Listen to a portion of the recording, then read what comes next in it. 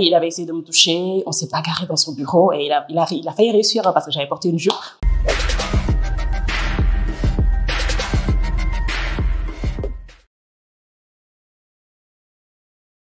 Je suis Eve Gabrielle Sokang. Je suis à la base journaliste et chargée de com. Donc j'ai une agence de communication qui s'appelle WIRI, We Represent You, qui publie le magazine Azabag. Je suis aussi chargée de com du Pacao au Sénégal. Je suis aussi country manager de UPS au Sénégal et en Guinée-Bissau. Ah oui, je fais partie du Rotary International. Je travaille aussi pour PesaCheck. PesaCheck, c'est, on va dire, c'est une organisation africaine qui lutte contre la désinformation. Donc, je suis co-éditrice à PesaCheck. Je corrige des articles de fact-checkers qui vérifient des informations. Donc, je vérifie que toutes les informations sont correctes, que tout est bien écrit. Voilà. À peu près tout ce que je fais. J'ai 35 ans, bientôt 36. Non, je ne suis pas encore mariée.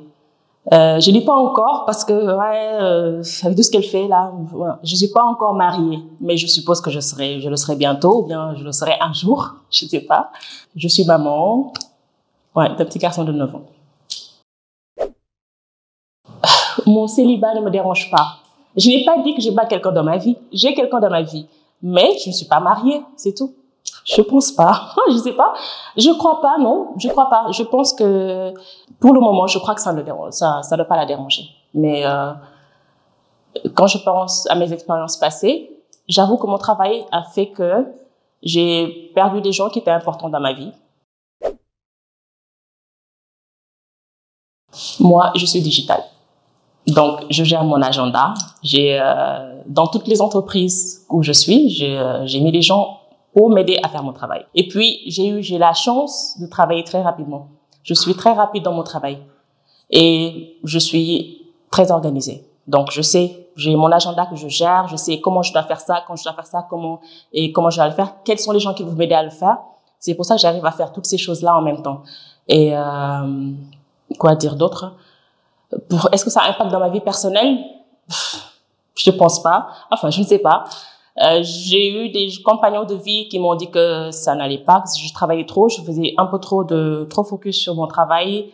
Mais comme je le dis, tu ne me nourris pas, tu ne me donnes pas à manger à la fin du mois. Je suis désolée, j'ai besoin de travailler pour pouvoir survivre. Donc, tu me laisses travailler. Ça finissait toujours en cacahuètes, mais ouais. Je pense que j'arrive à gérer. Et j'ai du temps aussi pour mon fils. Lui, je lui fais la même chose. Je l'inscris il fait plein de choses aussi, comme sa maman. Et j'ai quelque chose que je fais, je fais toujours. Je ne rentre pas chez moi avec mon ordinateur. Si je rentre chez moi avec mon ordinateur, c'est pour regarder Netflix. Mais je ne travaille pas à la maison. Je préfère rester au bureau, travailler jusqu'à 19h, 20h. Et quand je suis chez moi, je ne suis pas au travail. Donc, mon travail s'arrête quand je passe le seuil de mon bureau. À part des problèmes d'incompréhension, je veux dire que les problèmes que j'ai sont plus professionnels que personnels. Mais c'est plutôt des problèmes d'incompréhension avec les gens, en fait. La façon dont tu veux qu'on fasse quelque chose et que ça ne se fait pas comme toi tu voudrais. Parce que dans tout ça, je suis aussi très carrée. Très carrée et très exigeante. Aussi avec moi-même, autant avec moi-même qu'avec les autres. Donc c'est ça peut-être et dans tous les aspects de ma vie. J'ai eu beaucoup de mauvaises expériences dans ma vie personnelle. Je me suis retrouvée à la rue à 19 ans. J'étais toute seule. Je me suis retrouvée à vivre toute seule à 19 ans. Et puis j'ai fait plein de boulots. Mais des boulots normaux, Des boulots, j'ai fait plein de boulots. J'ai gardé des bébés, j'ai organisé des anniversaires. J'étais hôtesse d'accueil à l'aéroport, j'étais hôtesse d'accueil dans les événements et j'ai toujours travaillé. J'ai commencé à travailler, à gagner ma vie à l'âge de 18 ans, dès que j'ai eu le bac. La première période qui m'a fait prendre conscience que la vie est vraiment très difficile, c'est quand je me suis retrouvée toute seule et que je devais trouver un toit, je devais me nourrir et je voulais le faire bien. Moi, je voulais faire de bonnes choses. Je ne voulais pas me retrouver par exemple me prostituer, des trucs comme ça. Je voulais faire de bonnes choses et je voulais faire les choses bien. Et je voulais aussi continuer mes études parce que j'ai quitté la fac de droit pour aller faire de la communication. J'étais dans une école de journalisme et de communication et c'était pas du tout ce qui était tracé pour moi. J'ai pas aimé le droit. J'ai décidé de tout recommencer à zéro et ouais, je me suis retrouvée comme ça au début d'une grande vie sans savoir comment faire. C'était flippant. Ça, c'était douloureux. Et la deuxième expérience super douloureuse que j'ai vécue, j'ai eu à subir du harcèlement sexuel dans une entreprise où je travaillais. Et comme j'avais refusé les avances du directeur, il m'a mis à la porte. Un jour, je suis venue comme ça, et puis j'avais un huissier devant ma porte. La veille, il avait essayé de me toucher, on s'est bagarré dans son bureau, et il a failli réussir parce que j'avais porté une jupe. On s'est bagarré dans son bureau, je suis rentrée chez moi. Je suis pas venue travailler le lendemain. Je suis revenue 2 jours après, avec un faux certificat médical pour dire que j'étais malade, parce que je voulais pas me faire virer. Bon. Et puis quand je suis arrivée, j'ai trouvé un huissier devant ma porte.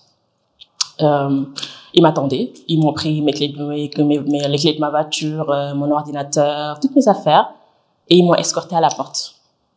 Et puis il y a eu quelqu'un au truc, dans l'entreprise. Je vais pleurer. Ouais. Je vais me calmer d'abord.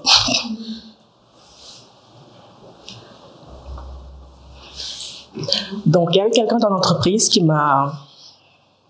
ils m'ont déposé devant la porte comme ça.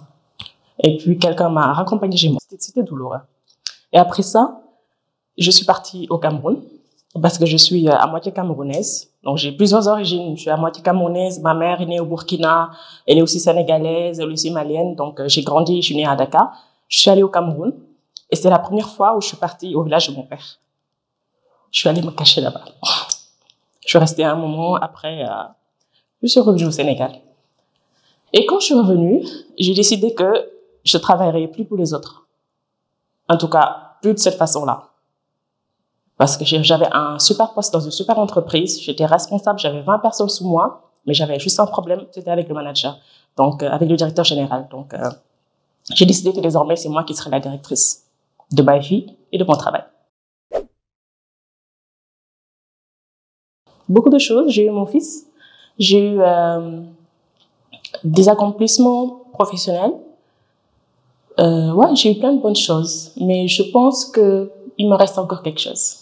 Je ne peux pas dire que là j'ai eu une très belle expérience, quelque chose qui fait que j'ai dit waouh, merci Seigneur. J'ai dit merci Seigneur, hein, attention. Mais je sens qu'il me manque quelque chose en fait, qu'il me manque quelque chose. Je suis féministe parce que je suis féminine, tout simplement. Pour moi, le féminisme, ce n'est pas une guerre, ce n'est pas une bataille. C'est l'expérience, c'est la vie qui te fait faire, qui te fait être féministe, en fait. Je me dis que du moment où tu as un « elle » qui te définit, forcément, tu dois être pour la cause des femmes parce que ça te concerne. Travail égal, salaire égal, le droit de vote, on a eu la chance, après la colonisation, le droit de vote est arrivé avec. Si en plus on devait se bagarrer avec ceux qui sont ici pour avoir le droit de vote, ça allait être chaud. Donc quoi encore? Oui, congé maternité pour les papas, pour les mamans. Je suis féministe dans le bon sens pour que la vie évolue pour les femmes, pour le bien-être de la famille. Oui, je pense que je suis satisfaite de mon parcours de vie actuel. Est-ce que je suis heureuse? Oui, je suis heureuse. Je suis heureuse d'être en vie. Je suis heureuse et reconnaissante pour tout ce que le bon Dieu m'a donné. Bon, c'est toujours les mêmes difficultés là. Ouais, t'as quel âge? 35 ans. Je t'es pas mariée? Non. Tu arrives à travailler, tout ça. Peut-être que tu devrais baisser un peu, diminuer un peu ton travail pour pouvoir t'occuper d'un homme. Tu fais peur aux hommes.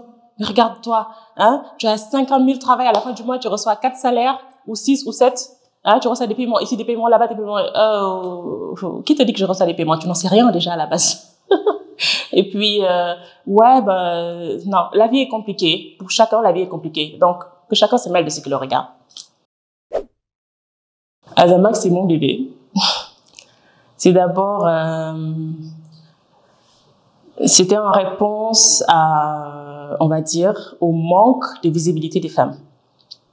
Alors, j'ai d'abord créé Wiri en 2015. Et quand je créais Wiri en 2015, j'étais en train de chercher des femmes qui me ressemblent.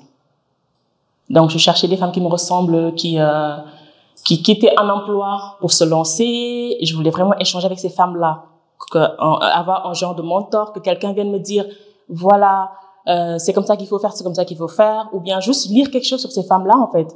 Bon, à l'époque, il y avait Google, il y avait Internet, mais en Afrique, il y avait, mais il y avait pas vraiment, quoi. C'était pas vraiment reconnu, révolu comme aujourd'hui. Et puis, j'ai décidé de créer moi mon magazine pour faire la promotion de ces femmes-là. Donc, Wiri en 2015 et Wiri produit Azamac en 2017. Donc, j'ai lancé Azamac en 2017, une aventure que j'ai commencé avec ma sœur jumelle. Et puis, on a recruté des rédactrices un peu partout en Afrique. Donc, on a 11 rédactrices dans 10 pays différents. Et puis, on a lancé Azamac. On publiait tous les 2 mois. Et plus on avançait, plus on se rendait compte qu'il n'y avait pas assez de femmes sur lesquelles on pouvait parler et pas assez de sujets. On a commencé à publier tous les 6 mois. Et puis, tout à coup, il y a eu le boom des vidéos. Instagram est arrivé, Snapchat est arrivé. Et était déjà là, hein, mais a commencé à faire. Et puis, on a décidé d'intégrer nos vidéos dans Azamac. C'est pour ça qu'on a mis le magazine en stand-by. OK? Et puis, on a commencé à faire des vidéos. Donc, ça va être la première vidéo que vous allez voir. Et pour pouvoir parler de Azamac, en fait. Parler des femmes entrepreneurs africaines. Parce que je suis passionnée des femmes. J'adore les femmes, j'adore tout ce qui est féminin. 2017, on lance Azamac. OK, on fait un joli lancement. On invite les journalistes, nos collègues journalistes. On invite des influenceurs et tout. C'est bien parti. Et puis, on pensait qu'on allait se faire beaucoup d'argent. Non, ce qui n'a pas été le cas. Et on a commencé à perdre, on va dire, moi, j'ai commencé à perdre un peu, à laisser tomber un peu, à essayer de me concentrer sur d'autres choses qui me rapportaient de l'argent, plus que sur Azamac, parce qu'il faut bien manger à sa faim. Et puis, j'ai commencé à mettre Azamac sur des projets. J'ai commencé à postuler pour avoir des projets, pour gagner des financements, pour gagner des accompagnements. Et puis, on a eu un accompagnement avec Afrique Barreau qui nous a permis de nous restructurer, de mieux définir notre vision, de mieux savoir où on va et d'avoir les outils qui nous manquaient pour pouvoir nous restructurer, pour pouvoir être un peu plus carré, quoi. Et fonctionner comme un média normal, parce qu'on ne fonctionnait pas du tout comme un média normal. On fonctionnait comme un média, on va dire, c'était une activité que je faisais en plus de tout ce que je fais. Et maintenant, j'essaie de faire ça mieux. Azamac sera le super magazine où toutes les femmes vont se retrouver. Qu'elles soient grandes, qu'elles soient noires, qu'elles soient maghrébines, qu'elles soient blanches, qu'elles soient tout ce qui est africain et qui est femme va se retrouver. Azamac sera le magazine de référence qui va parler business, qui va parler de féminisme, qui va mettre en avant la femme africaine et qui va lutter pour les droits de la femme sans faire du mal aux hommes.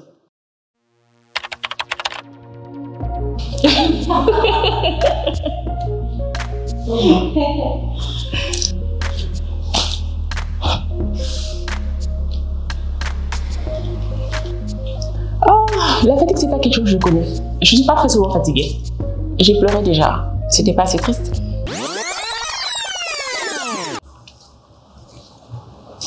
Ouais.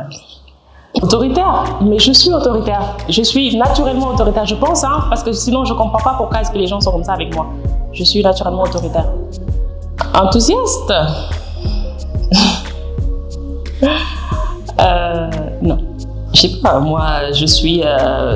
l'enthousiasme, c'est moi. Je suis enthousiasme.